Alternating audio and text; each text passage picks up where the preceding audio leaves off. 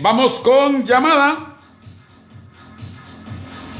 Y ya les mostré quién es el invitado que tenemos o el próximo entrevistado que tenemos. Buenos días. Buenos días. Don José Miguel Villalobos. Qué gusto tenerlo por acá. Un saludo especial. Un placer para mí, Donny. Siempre un gran gusto y un honor conversar con vos y con los oyentes. Don José Miguel Villalobos, él fue candidato a diputado por el primer lugar por Alajuela y ya es candidato, diputado electo por Alajuela. Además, pues todos los conocemos bastante a don José Miguel, pues él fue el que defendió al presidente en sus repetidas intentos de quitarle la inmunidad. Y don José Miguel, pues gracias por estar por acá. Le vamos a robar un ratito de su tiempo. Vimos que ya el conteo por diputados en la provincia de Alajuela se terminó. Vimos que la diferencia no cambia, no da una curul o quita una curul a nadie. Pero, don José Miguel, vemos que la diferencia sí es bastante importante. Por ejemplo, don Daniel Vargas, hace 4 años, por 4 votos, fue que fue diputado. Vimos que fue más de 15,000 votos la diferencia. Me encantaría su opinión sobre el tema. Sí, un resumen de lo que ha ocurrido con el conteo de los votos, por favor. Donny, porque hay mucha especulación en las redes, inclusive personas que con buena o mala intención han informado de que hay casi 100,000 votos más en favor de Pueblo Soberano para presidente, y eso no es cierto. Okay, gracias. Vamos a hacer una explicación para que a la gente le quede claro. Lo primero que hay es un conteo en las juntas receptoras, lo que llama la gente en las mesas. Ese conteo es el que realizan los que se encuentran de miembros de mesa y auxiliares electorales del tribunal. Eso se anota en las actas de cierre y se comunica al tribunal y se le comunica también a los partidos. Ahí hay un primer dato, que los que lo tienen son los partidos y hacen sus primeros números. Esos datos se le envían al tribunal y el tribunal hace lo que se llama un resultado provisional. Ese resultado provisional se comunica por los medios masivos y se encuentra en la página del tribunal. Ese es el dato que se llama equivocadamente oficial. Y digo equivocadamente porque no. Ese es un dato previo al cómputo de los votos uno por uno que están en las bolsas. Ese es el dato por el cual se han calculado los diputados, ese dato que informa el tribunal en sus resultados provisionales. Y viene el tercer dato, que es el que se describe una vez que se cuentan los votos uno a uno. Esta es la primera vez desde la elección del 2014 que se cuentan los votos uno a uno. Y esto puede sorprender a la gente, Donny, pero a mí me sorprende. El código electoral que entró en vigencia el 2010 eliminó el cómputo de los votos uno a uno, salvo cuando quede muy cerrada una votación. Y se reformó la ley en estos 4 años por iniciativa del Partido Unidad para contar todos los votos uno a uno. Y imagínense las sorpresas que se dieron.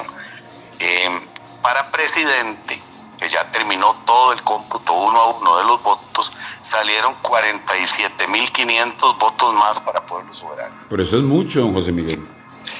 Mucho no, muchísimo. Sin embargo, a la hora de determinar cuánto es lo que representa menos del 2%. Sí, es muy poco. Es decir, en números absolutos es mucho, en números porcentuales o relativos no es mucho. Es como el doble de los votos nulos y en blanco. Uh-huh. Sin embargo, no debería existir tal grado de diferencia. Ahora, ya contando para diputados, ya pasó San José y aparecieron más o menos 8,000 votos más para diputado, para Pueblo Soberano. No representó un diputado. Si no mueve el cociente ni el subcociente de ninguna manera. No. Igual pasó en Alajuela, acaban de finalizar y hay 15,500 votos más para diputado, para Pueblo Soberano, y tampoco representa una modificación. Pero don José Miguel, esos son 23,000 votos solo en 2 provincias. Sí, creo que podemos llegar a casi 50,000 votos más, tal vez más. Tal vez más en el país para diputado, porque para presidente fueron 47,500. Creo que para diputado puede andar por 60 quizá. Esto va a representar un problema en algunas provincias donde sí unos cuantos votos más, unos cuantos votos menos pueden hacer la diferencia. Me refiero a Guanacaste y Punta Arenas, donde el segundo lugar de liberación en Guanacaste y el segundo lugar de liberación en Punta Arenas podrían estar en riesgo, y lo digo a manera especulativa porque no se han contado los votos uno a uno. Perdón, don José Miguel, lo mismo que pasó con don Daniel Vargas, que ya le habían dado la diputación a uno de la unidad, y cuando se hizo el conteo, pues se le tuvo que quitar la curul y entregársela a don Daniel. Podría ser que se dé esa situación, no es seguro, me parece más probable en Punta Arenas, pero lo vamos a esperar. Puede ser que Pueblo Soberano termine con 32 o 33, en ningún caso va a perder ninguno, así que lo mínimo que tendría son los que ya tiene 31. Liberación Nacional podría perder 2, hay que esperar el cómputo. Eso es increíble lo que usted está diciendo. Eso es increíble lo que usted está diciéndonos, porque obviamente es una voz muchísimo más autorizada y ya dejamos ahí con un poquito que lo que son las especulaciones, pero si se diese un caso como eso, entonces pasaría mínimo, por dando un ejemplo, a 33 diputaciones Pueblo Soberano y quedaría en 15 diputaciones Liberación Nacional. Sí, y lo que es más grave, más que ver esos números, si aumentan o no los diputados, lo que hay que preguntarse es ¿por qué pasó esto? ¿Por qué pasan esos números? Era mi siguiente pregunta, don José Miguel. Sí. ¿A quién se le sientan estas responsabilidades? Porque, don José Miguel, digamos, a mí me genera un morbo bastante grande, no con sino con otras votaciones que hayan habido en el pasado, en las que se especuló mucho, por ejemplo, con la de Fabricio Alvarado, que mucha gente dice que él la ganó. Entonces, eso deja un sinsabor de boca con el Tribunal Supremo de Elecciones definitivamente esa responsabilidad hay que achacársela a los fiscales, miembros de mesa y demás que fueron los que pasaron esa información. Nuestro sistema electoral está basado en algo muy débil, y es la participación de miembros de mesa. ¿Por qué? Porque si no hay suficientes miembros de mesa o todos son de un partido, a cualquiera de esas personas podría alterar el resultado electoral con relativa facilidad, marcando como votos nulos votos válidos para otro partido, o marcando como votos válidos votos que estaban en blanco, o poniendo a votar a gente que no llegó a votar simplemente porque nadie se va a dar cuenta. ¿Y eso fue lo que se dio, don José Miguel?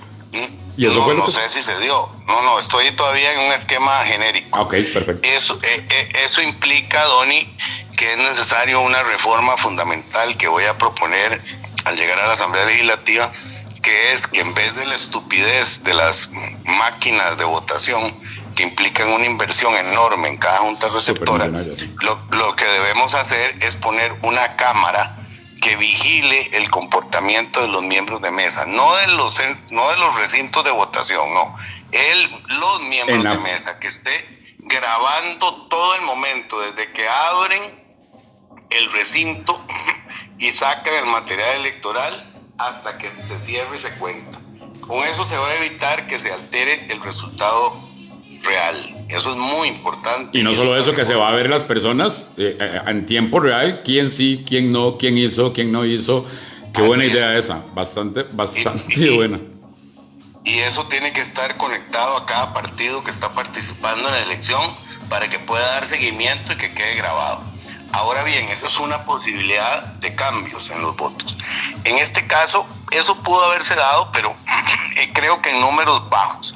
Donde creo que está el problema principal de esta elección es en el mecanismo de transmisión e incorporación de datos en el tribunal. Uh-huh. Y creo que es muy delicado que la gran mayoría de los cambios hayan sido para perjudicar a Pueblo Soberano.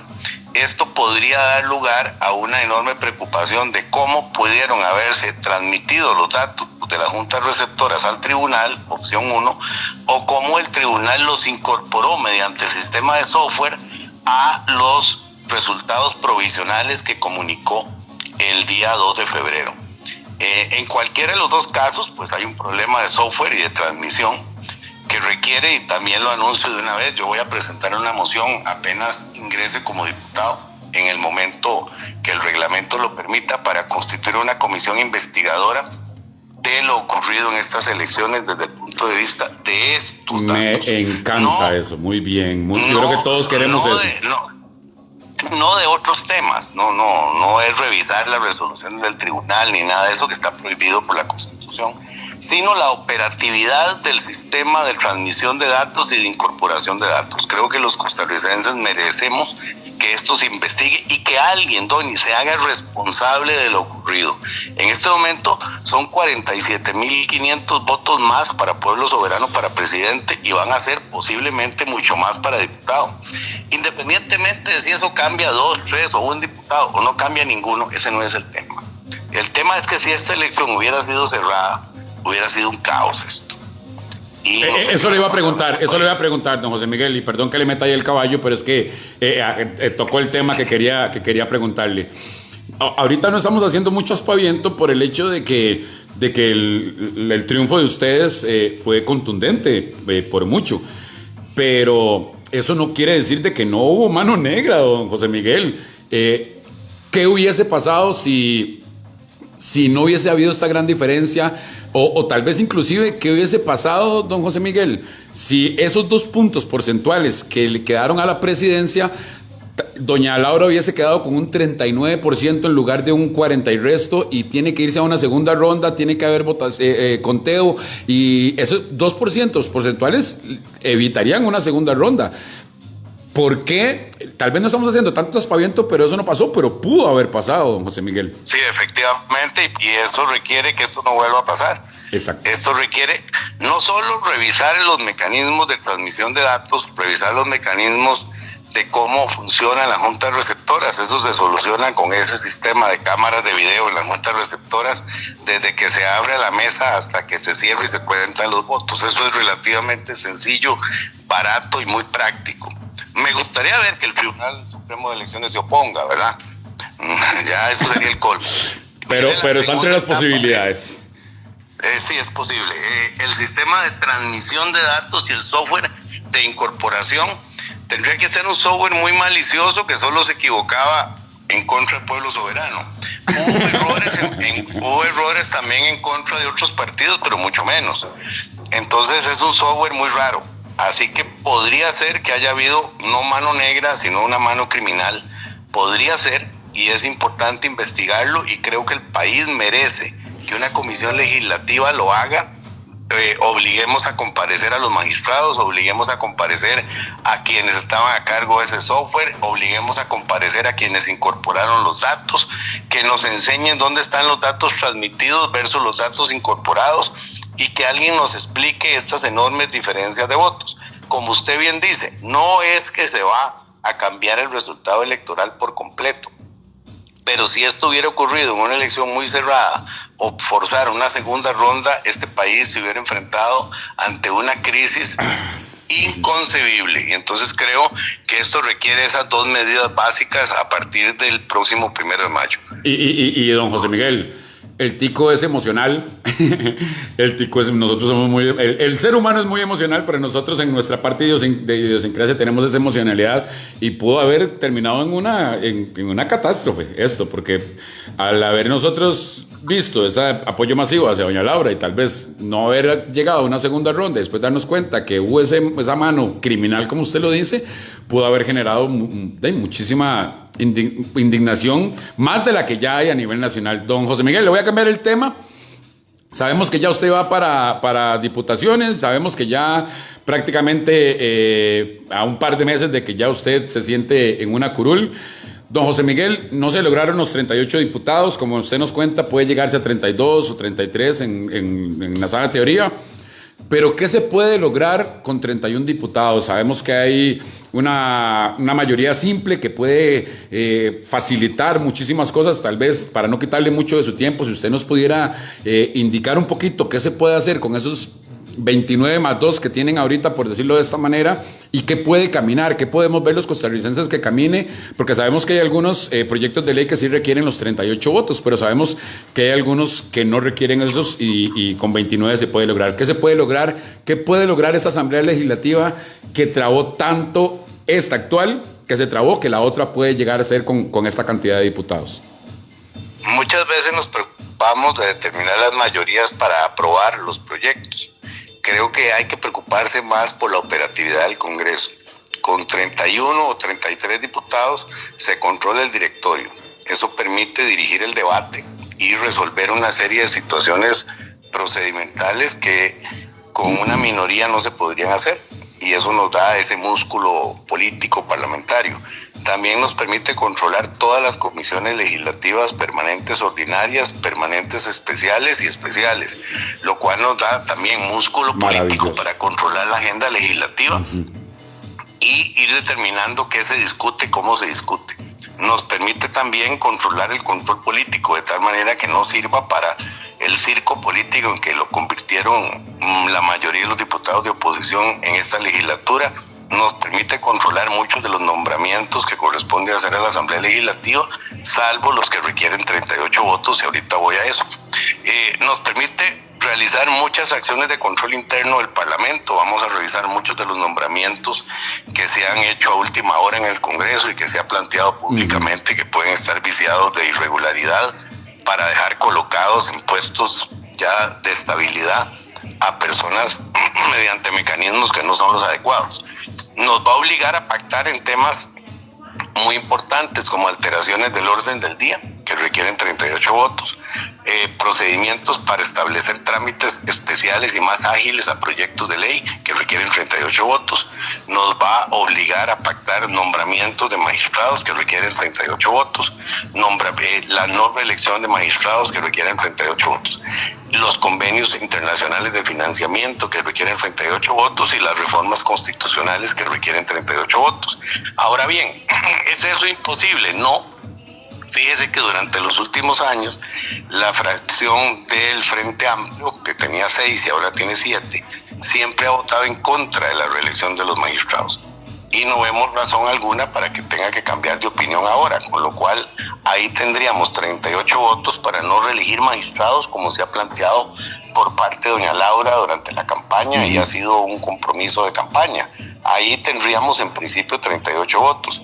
Habría que conversar con las demás fracciones a la hora de nombrar los nuevos magistrados, los mecanismos para conseguir nombres y currículum que sean adecuados para el país, donde se pueda consensuar.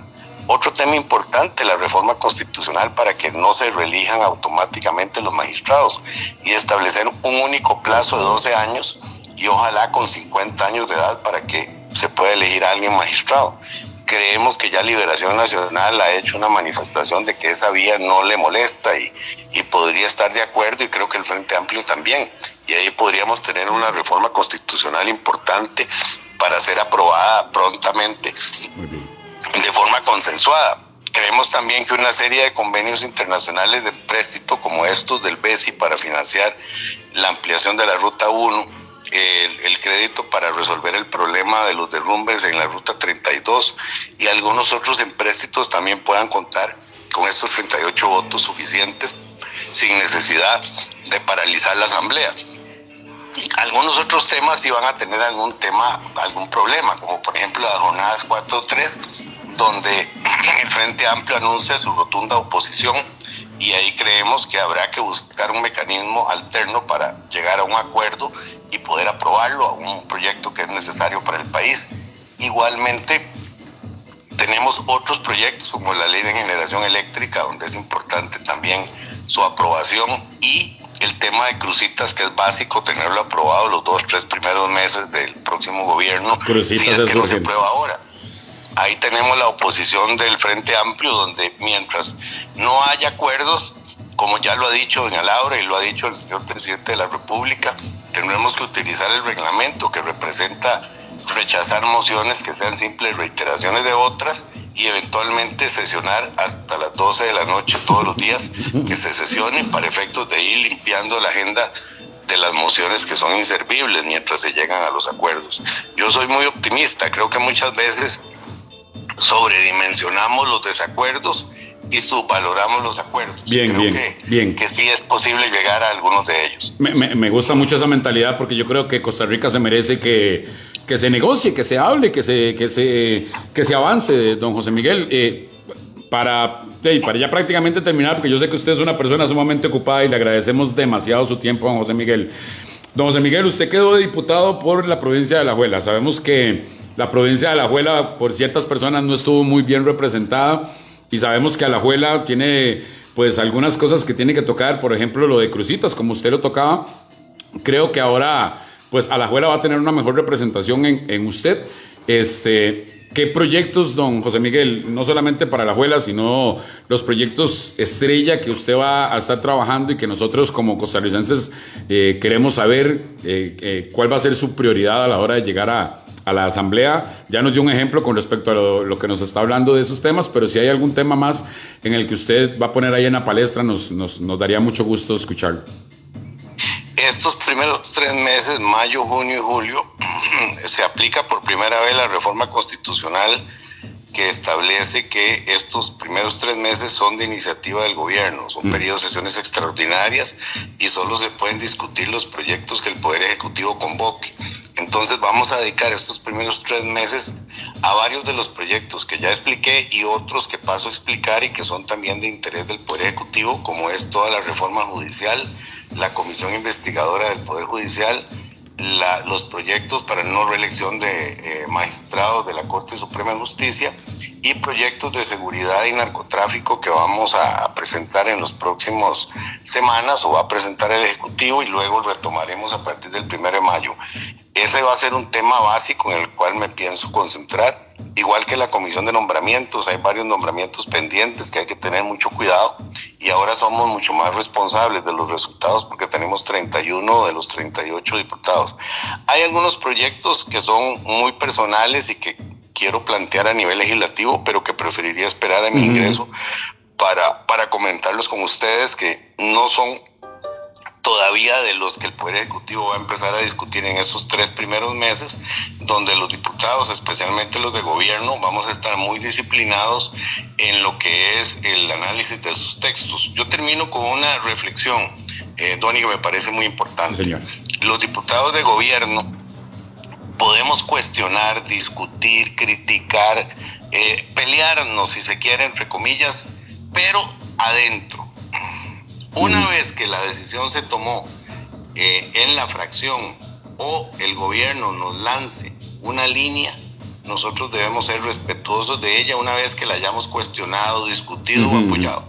Pero una vez que ya se resolvió en la fracción, debemos ir toda la fracción unida sin que nadie tenga la posibilidad de manifestarse en contra ni de manifestar públicamente su oposición al acuerdo, porque somos diputados de un gobierno, diputados de un partido.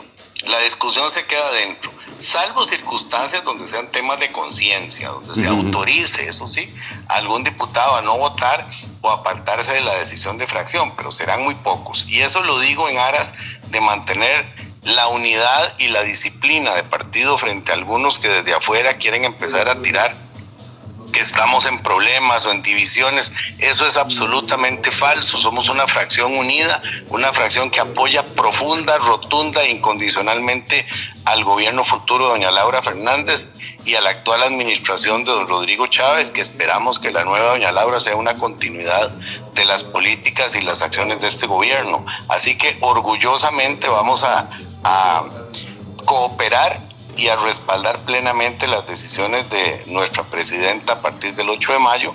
Colaboraremos muchísimo con don Nogui en la jefatura de fracción, con don Juan Manuel en la subjefatura y obviamente con mi gran amiga doña Yara en la presidencia del Congreso, si es electa, que esperemos que así lo sea, porque tiene los votos suficientes a partir del próximo 1 de mayo.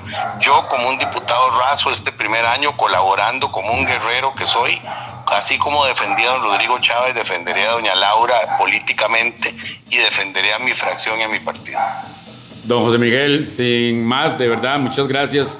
Gracias por ese compromiso, gracias porque escucharlo a usted nos da como una tranquilidad. Sabemos también que ¿cuál familia no discute? Las discusiones siempre son necesarias, no siempre hay que estar 100% de acuerdo, pero como dice usted, al final, respetando las decisiones de las mayorías y demás, sabemos que este grupo de diputados viene con un compromiso increíble y ver personas con su calibre acá representándonos y demás, pues nos llena mucho de de esperanza, la verdad, don José Miguel. Muchísimas gracias por su tiempo. Esperamos ahí que en otro momento nos permita volverlo a molestar. Y nada, gracias por su tiempo, de verdad, don José Miguel. Muchas gracias. Reiterarle a los oyentes el agradecimiento por el honor que me hicieron de escucharme, y a usted, Donny, siempre mi respeto, mi agradecimiento, mi reconocimiento a su hidalguía, a su valor, a su lealtad, a su amor por la patria y a esa fuerza y ese coraje que usted tiene para enfrentar los problemas. Sabe que siempre lo he admirado mucho y cuenta en José Miguel Villalobos con un amigo incondicional. Muchas gracias. Don José Miguel, muchísimas gracias. Que Dios lo bendiga. Señores, tuvimos al señor José Miguel Villalobos. Aquí está.